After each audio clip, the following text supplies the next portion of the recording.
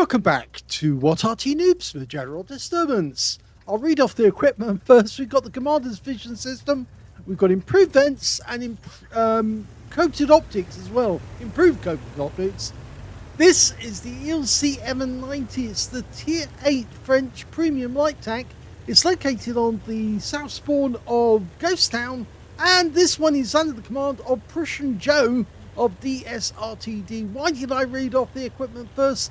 Well, some people like to know exactly what equipment they're carrying so they can replicate the game themselves with the same equipment. Okay, the ELC is a very, very interesting tank because a lot of people have it, they love it, and it's got great camo.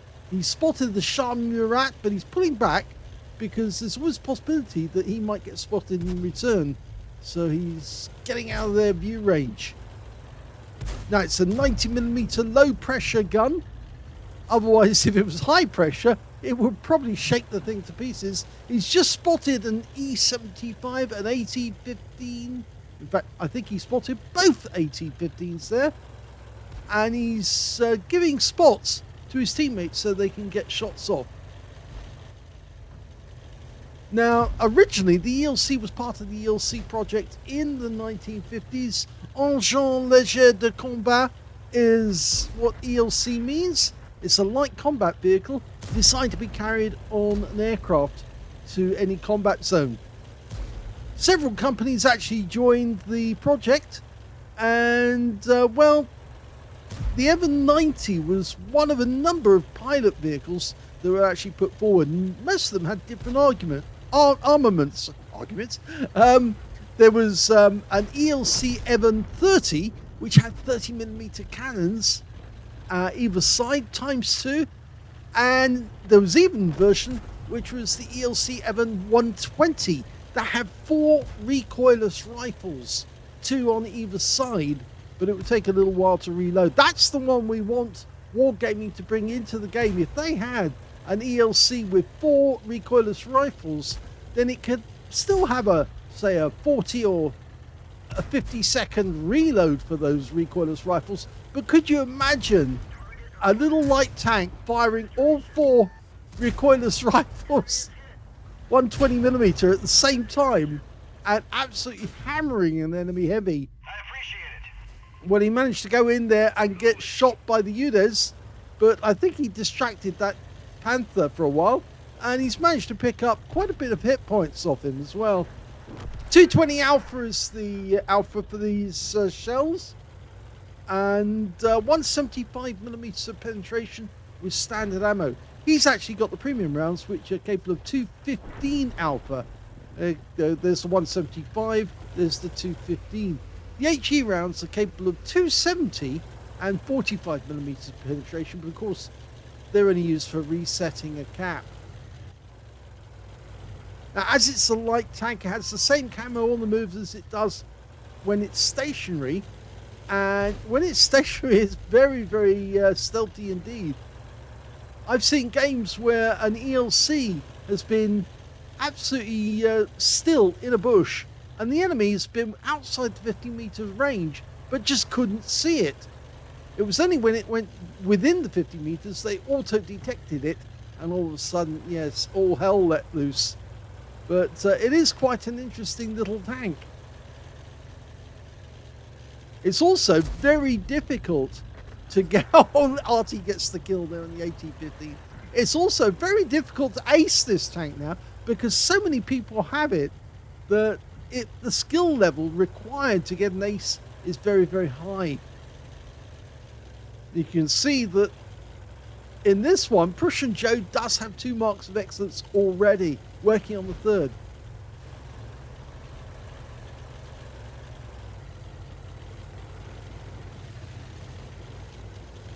He just won't go around the corner for the moment because there's that UDES, and he did take a couple of rounds.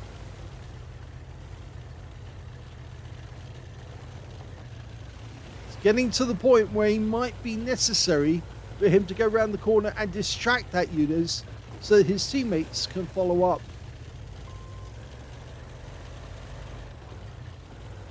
Okay, I think he's getting ready for it.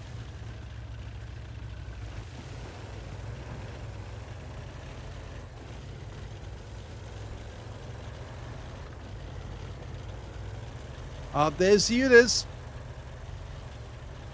Now, it might be the guys on the hill might spot him. Oh, Arty just got a hit. And that's off his spotting.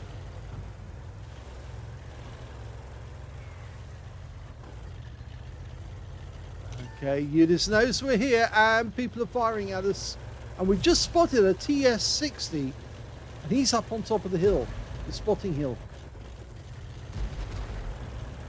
Okay, the Eunice is starting to take punishment.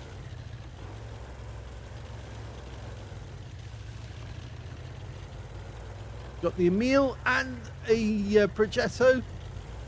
The Emil 2. Or is it? No, it's the Emil 1. It's a tier 9 game with tier 8 tanks in it. We're being fired on. He gets one in. And he gets the second one in to get the kill.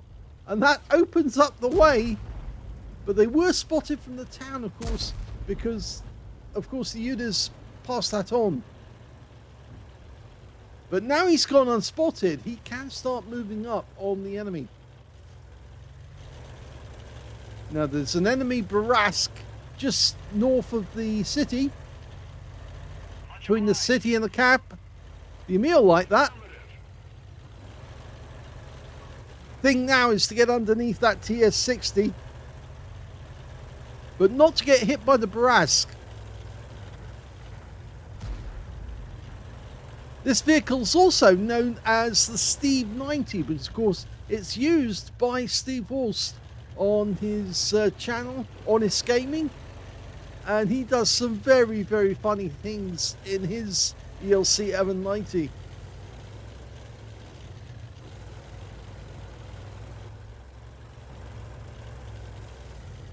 He's certainly clocking up the miles because he's moving just about everywhere. Watch out for the Type 4.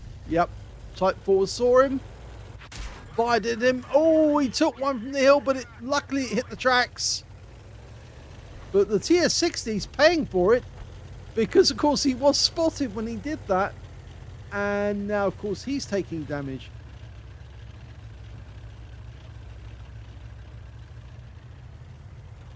We're one down on the enemy at the moment in terms of numbers.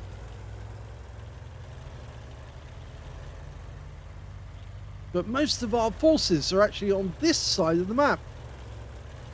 Okay, now can you get underneath the enemy?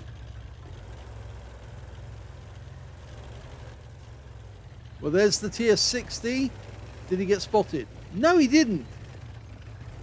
And now the TS is getting hit. And now he can fire into the side of the guy. Yep, gets one in. And two. Go for the kill. Well, the TS-60 dies anyway to the Progetto. So now he has taken away their support up on the hill.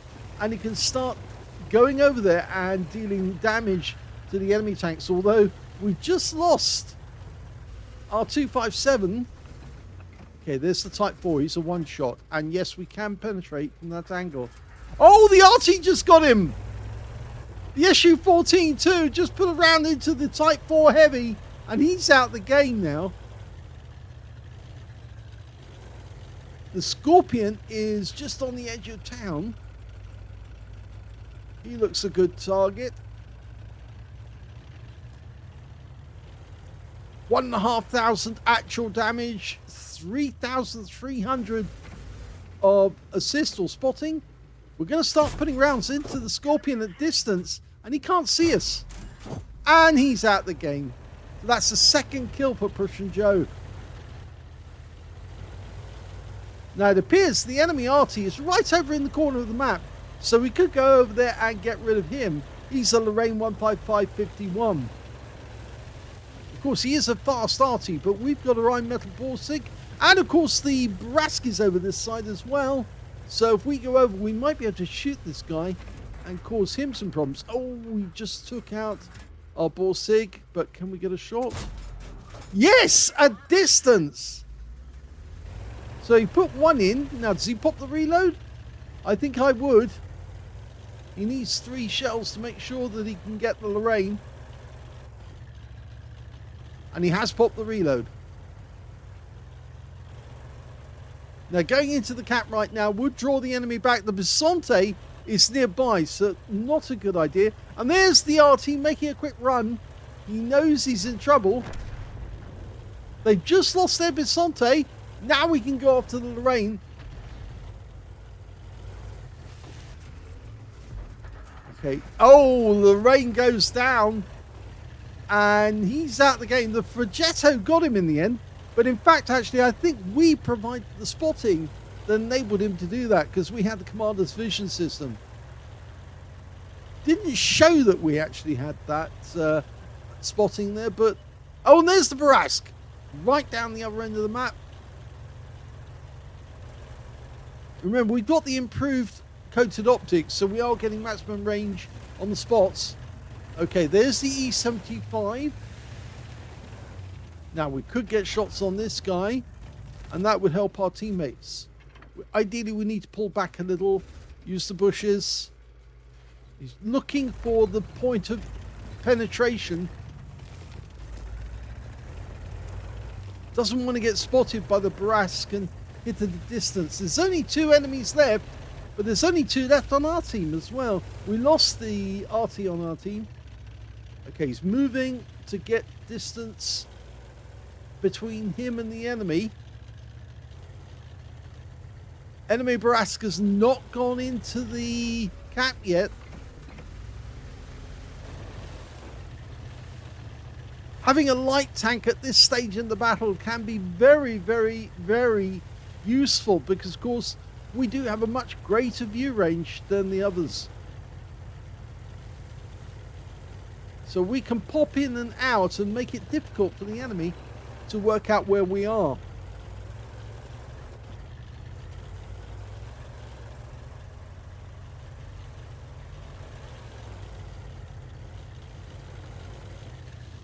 I wouldn't be surprised if the enemy Barask has gone up on our spotting hill and he's up there right now.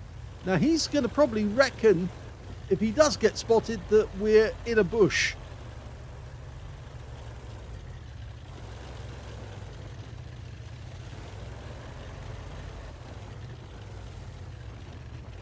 Christian Joe being very cautious at this stage. He doesn't want to lose 720 hit points, which of course he can't afford. 360 alpha on the Barask. 2-shot autoloader. So he could easily take us out of the game with 2 shots. In fact, if we came across him suddenly, he would more than likely try that.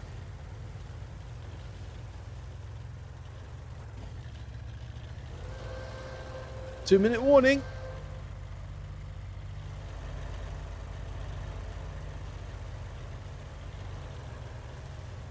Got our teammate in the Progetto behind us.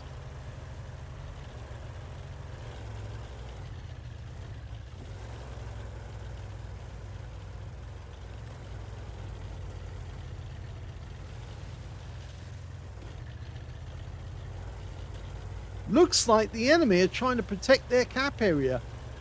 That they've actually headed back this way to ensure that none of us could cap. There he is. There's the E75 sitting on the outskirts of town to ensure that there's no way that we could cap on them. Now, if we use this bushes here, we could actually get into the bush and he won't be able to see us. Use the bush mechanic. He'd know where the shells were coming from, but he wouldn't know precisely where we were because he wouldn't be able to see us. And that's the last minute. Now he's trying to get in position where he can get a pen. They've got less hit points than us overall. And there's the Barask. He's been spotted. One shot takes him out. And now the E75 is taking damage already from the Progetto. Can we help? Well, we took one hit. Got one hit in. Goes for the engine deck. Didn't get it. He's only got, well, he's got no shots left now. So he's reloading. So is the Progetto. The E75 knows he can't allow us to come at him from a different direction. It's a multi-level engagement. The Progetto can get him from one side, we can get him from the other. He's trying to position himself in such a way that he can get shots without being vulnerable.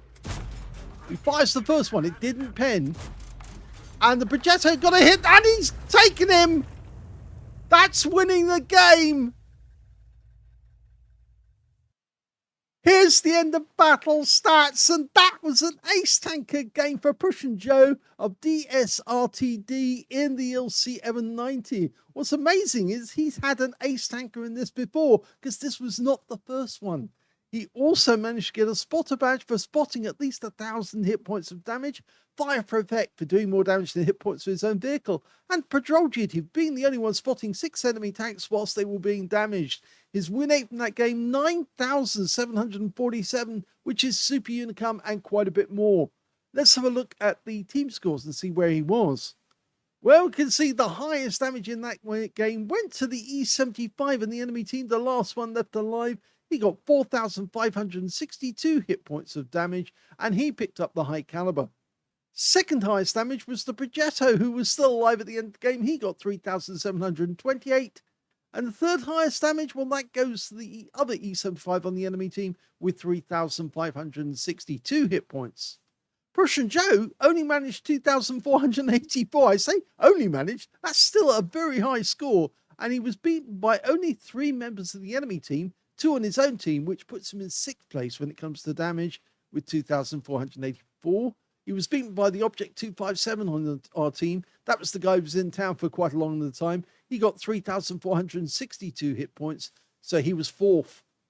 When it came to kills, we can see top scorer was the Progetto 46. He got 5 kills in that game, 1 short of getting a top gun and 1/3 of the enemy team. And he got a Leather Slayer's medal because he was killing higher tier tanks than himself. Second highest was, yes, Prussian Joe. The ELC EVEN 90 got 3 kills. So did the enemy E75. He got 3. And 2 kills went to the SU-14-2 on our team, who did get some important kills in that game. And also the Bisonte C45 on the enemy team. When it came to base XP, yes, it's Prussian Joe. He got the highest in the game. 1,467 went to him. Next highest was the Progetto, who managed 1,398. And the third highest was the SU-14-2, who actually got 1,038. And they were the only 3 players who managed to get over 1,000 base in that game. But it was Prussian Joe who was doing so much work to spot for his team. He fired 16 rounds and got 15 direct hits and 12 penetrations. Did have some trouble with the E75 at the end of the game. Some of those low pressure 90mm rounds just didn't want to go through the E75's armor. 2,484 hit points of damage, of which 596 were at more than 300 meters. 3 hits received from the enemy, 2 penetrations, 1 non-penetration. Very lucky, one of the TS-60 rounds just didn't go through. It hit the tracks instead. 7 enemy vehicles were spotted, 6 enemy vehicles were damaged, 3 were killed, and he got 3,486 hit points of spotting assist in the game. On a premium count, he actually made a loss, 2,457 credits from that game. So yes, it was the ammunition, but also the consumables that really cost him. And he got 2,420 experience points overall as well. So a great game there for Prussian Joe in the ELC EVEN 90. An ace tanker yet again. Didn't pick up the spotting ones. It would have been nice if he got a couple of more spots, but I guess that was down to the fact that some of the enemy tanks were on the far side of the town, and, well, he could only operate one side at a time. But he did incredibly well to help his Progetto get the kills that mattered at the end of the game, because, of course, the Progetto 46 had the high-power 90mm gun, and I think the E75 was more worried about the ELC than he was about the Progetto. And it should have been the other way around at the end of the game. But very well done for Prussian Joe. Hope you enjoyed that replay. If you did, please give this video a like. And thank you for watching.